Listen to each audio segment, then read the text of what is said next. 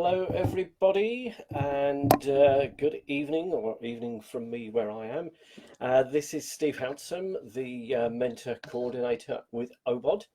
Welcome to this week's edition of Tea with the Druid with me. I will once again be your druid for the evening. So, firstly, do pull up a cuppa. Last time I did one of these, I didn't actually have the requisite tea. Tonight I do. So that's a positive start. And do gather round. I always have a image in my mind with these of this extremely large metaphorical table that we all gather around with our cupboards. So pull up a chair. And some of you are saying hello, which is good, so that I know you were there and I'm not talking to myself. Lots of people from all over. I can see Ellie from Kent, hello, and Charlotte, West Yorkshire. Andre from the Netherlands, wonderful. Katie in Michigan, marvelous, marvelous. You are all very welcome indeed. With the comments, what happens when we're doing these? We're sat here at our computer, obviously looking at ourselves on the screen, never great.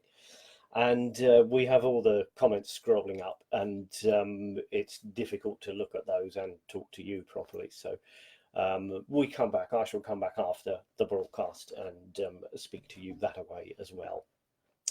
So the last time I did a tea with the Druid, sometime last month, we talked about the sacred nature of divination. We were looking at how maybe there's a need to reclaim the regard we have for divination and its sacred nature, the fact that we're connecting with the divine. So to sort of follow on from that a bit, really, I thought with this one, because here in the Northern Hemisphere, anyway, we're getting very close to Samhain now. And as lots of you no doubt know, that can be, whilst it's a time of looking back at our ancestors, honouring those that have passed and so on in the year, it can also be a good time to look forwards as well, and therefore practicing divinations, one of the traditional times for that. And there are, of course, lots and lots of different forms of divination. And I thought I would just share with you and talk to you about one that I like, which is divination with a set of stones. Which divination by stones does go back a very long way, actually. It's generally called, when I actually looked it up, I didn't know this, but when I looked it up, it's called lithomancy. Lithomancy, lithomancy.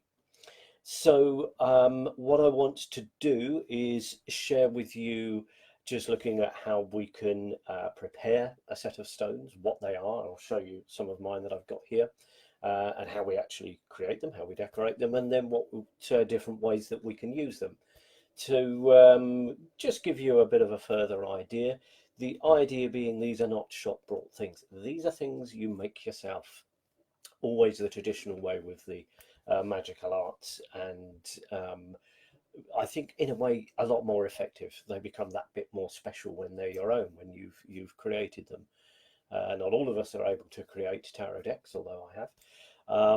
That's a much kind of bigger thing, but this is something quite simple and easy to do. So in terms of the stones themselves, if we start with those, the idea being obviously that I'm seeing lots more of you coming in, and even Alan recognizing my seagulls, my good man, in Ireland. So that's a good thing. So the idea of working with stones in this way is that we decorate them ourselves using symbolism, and the power of symbols is something that affects all of us to a very powerful degree. Just look at any advert and you'll see why. But also the whole natural world, of course, is littered with symbols. And we can use some of those symbols, what they represent to us psychologically, emotionally, and so on, and putting some of those symbols onto our stones. If I just show you one or two of mine, Now, you are allowed to laugh. I'm really not an artist. I'm a wordsmith. I can write, but I really can't draw. But just by way, I don't know how well you'll be able to see this, but by way of example, those are waves, believe it or not. They represent the sea, the water, and so emotions and feelings. At least that's what I feel they represent. Um, we have on this one um, rings. Oh, let me go that way a bit more. There we are. A couple of interlocking rings, so perhaps representing in terms of reading with them in divination, partnerships, things that work together, and so on. We can have on this one a house. That is a house. It's a very simple house, but a house nonetheless. So obviously that can represent things to do with the home, your security, your basis, your foundation. What else? We've got one with a simple circle on it. A little bit like the blank rune that I know comes in a lot of rune sets, which can represent a mystery, something unknown yet to be discovered. If I show you one or two more, on this one we have a tree. Seeing as how I'm talking to druids, I'm not going to say anything else about that. My camera has this autofocus thing, by the way, so it as you can see, adjusts itself. That's not me doing anything clever. On this stone we have a bolt of lightning.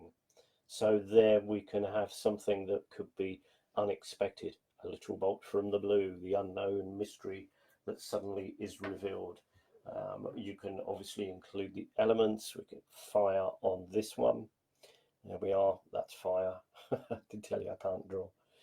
So the idea being you can create your own symbols, things that are important to you, that you feel you relate to. On this one I selected a bar.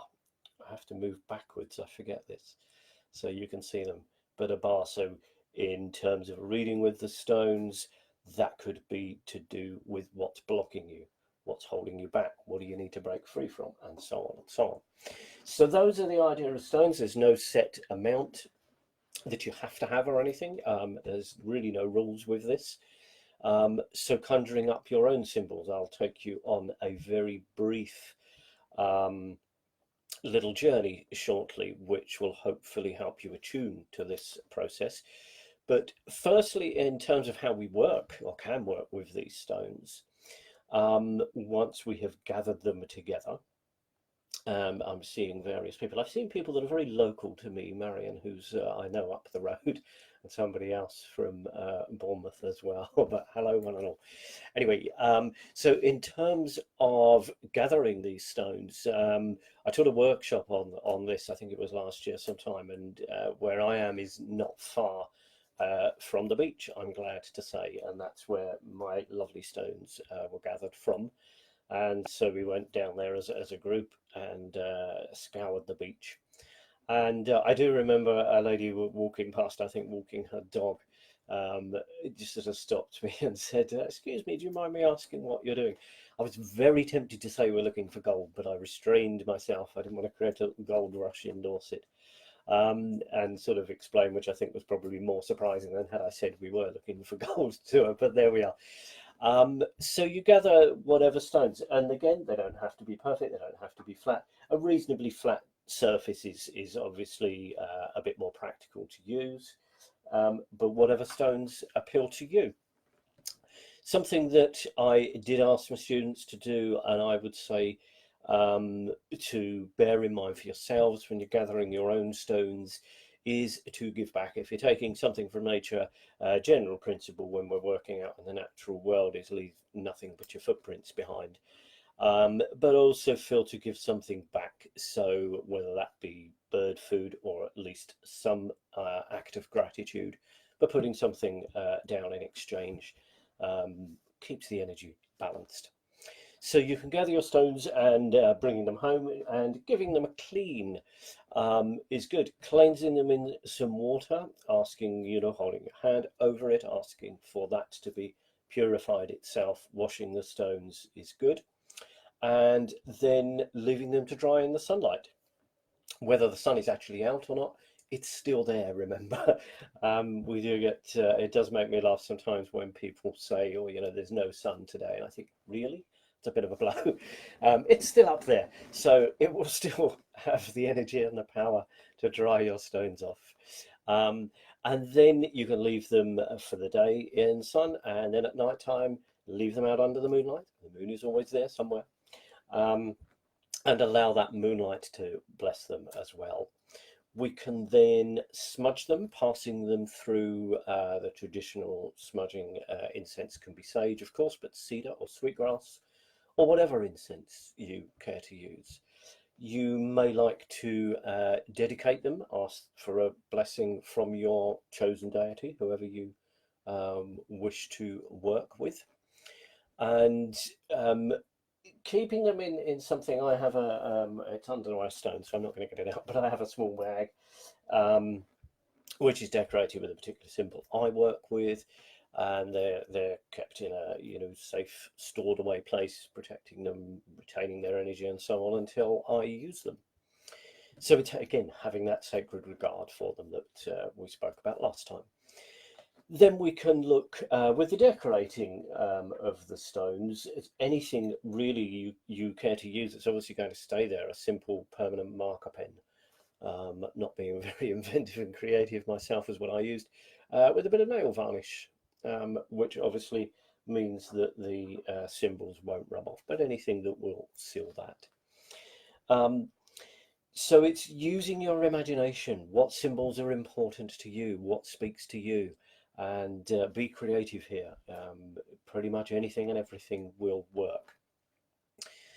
In terms of how we then use them, obviously, like I said before, it's, I think, very important to just go within, still yourself, quieten yourself down, invite the deities, your guides, whoever that you work with for that divination, and focusing on a particular subject or a question you may be working with, whether it's clients that you're reading for, or of course in yourself, bringing that to mind and focusing on it.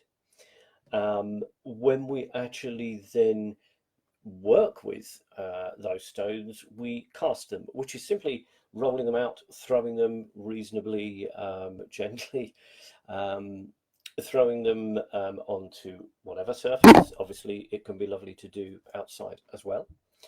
And then it's a matter of your own intuitive responses. You can look at the forward of those stones, which is, of course, a random thing, but look to see, firstly, which ones are face down, so the symbol is not visible. You can generally discard those. Those are not relevant for you.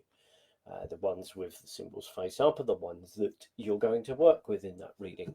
And you can look at any stones that may be overlapping, what that might say. If, as an example, random my gate or my bar that's there might be, let's say, overshadowed by the fire, so it might be something I need to work with, an idea and inspiration to get through something that's blocking me. You get the idea. It's not rocket science. It's in some ways fairly logical, but it's allowing those inner intuitive responses to emerge when we look at the stones that are there. There are lots of other ways as well that you can work with your stones. You may like to place each one under your pillow for a night and see what dreams occur to you in relation to that stone and that symbol that's on it. That can be a very interesting process. You can carry one stone around with you to work and absorb the energy, the power of that symbol that you keep around with her for one day, but just picking a stone in the morning as a general guidance for the energy for that day that you need to be aware of and to work with. And just briefly, because time's going really, really quickly, something else you can do is a slightly more advanced way with the stones is to create your own cloth, or even paper will do, but cloth is lovely, on which you can square the circle. You can have a circle and place the directions on for the elements and the different levels in the human being, physical, emotional, mental, and spiritual, and so on. and seeing which of your stones fall into which of the quarters and how that may relate. And that can bring in an element of timing, of course, as well, and the elemental levels in general. So there's lots of different ways really that you can use these stones and work with them. And it becomes a really personal, individual process, which I think is one of the key things with divination. It's about you and your way of working. So let me just, before we run out of time, take you on this little journey that I mentioned earlier, a little journey within yourselves by way of meditation. So if you put down your cups and sit back in your chairs, make yourself comfortable, let your eyes close, and let's just take a good deeper breath or two, just allowing ourselves to relax into that inner space with us, letting everything else drift away, and just gathering our energy and our focus into ourselves, and just pausing, taking a moment out in our day and allowing that to settle within us.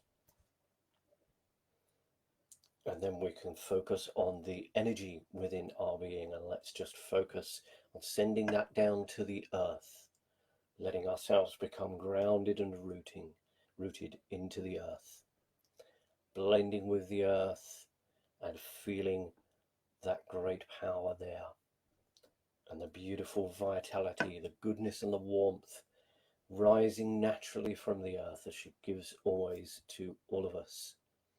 And we let that energy rise through us, filling us with that vitality, that warmth, that well-being, energizing us, awakening us, bringing us to life again, and letting that simply flow through us, expanding out into the energy body, the aura surrounding us, lifting us, opening our hearts, lifting our minds, our awareness and our perception as it rises, and we can connect then to that higher light and energy above us and around us. Connection to the divine in whatever way, to your own guides, whoever you wish to focus on. And we can sense and feel and invite that pure light and energy down into our being, feeling the beauty with that and that guidance, that connection, settling in the center of our being. And then from here, just to take you on a little journey now, and it is brief, I'd like you just to visualize. If you're one of these people that's not good at visualizing, then just use your imagination. Never underestimate that, it's very powerful. Just imagine, I'd like you to imagine and visualize you're standing on the edge of a large pebble beach.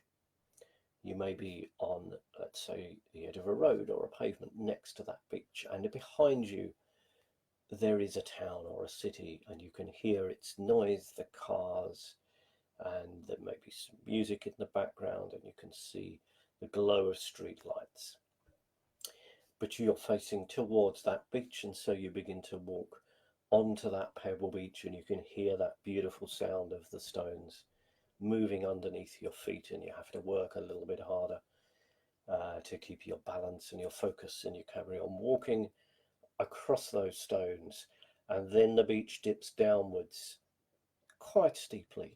You almost slide down that beach, hearing the stones moving beneath your feet, and as you do so, the light and the noise of the city behind you drops away, and instead you can hear the sound of the sea, which is nice and calm, the waves just gently breaking onto the shore, just a short distance away from you, and you can find a little place to sit near the water's edge, and you're on the stones and on the pebbles, and as you look out across the water you can see a beautiful full moon and that lovely beam of light coming out across the surface of the water, shimmering and reflecting.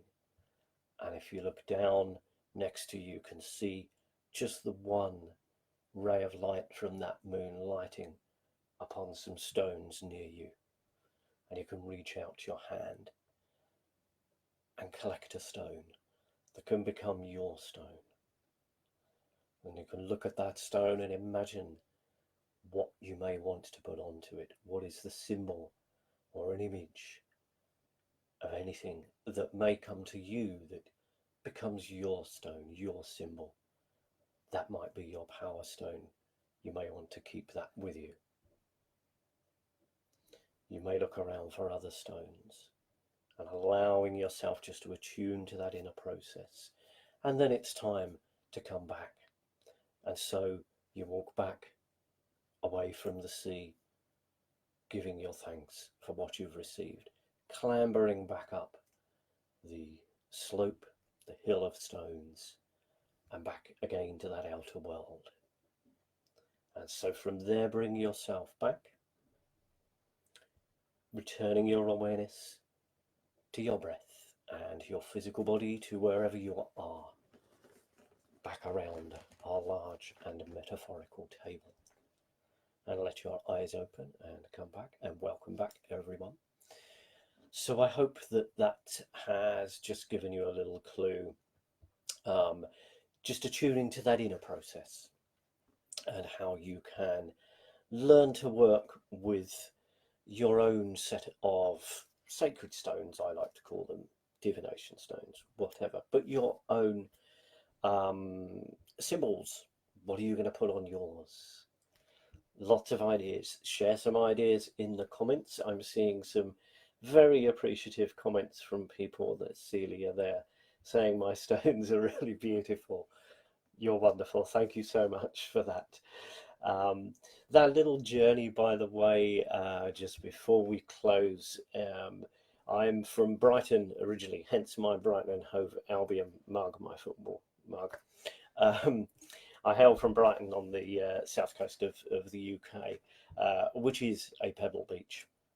And that little journey is based on a real place. There is a bit of that beach. It's the only bit I could ever find where you could really leave the city and the seafront and all that stuff behind. It's quite a steep slope, and generally you sort of fall down it rather than walk down. I always did.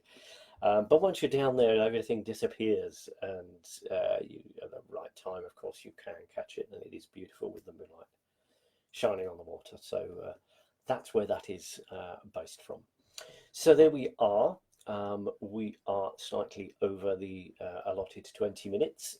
So thank you very much indeed for spending your time with me and sharing a cuppa. And I will go and replenish mine, I think, because what's in there will be cold. So I'm going to go and make a refreshing cuppa for myself, and I will then come back and have a look at some of these comments that are scrolling by at a rate of knots and reply to you all. And thank you very much indeed for your time. Lots of love and blessings to you all, and I will no doubt speak with you again sometime. Goodbye, everybody. Bye-bye.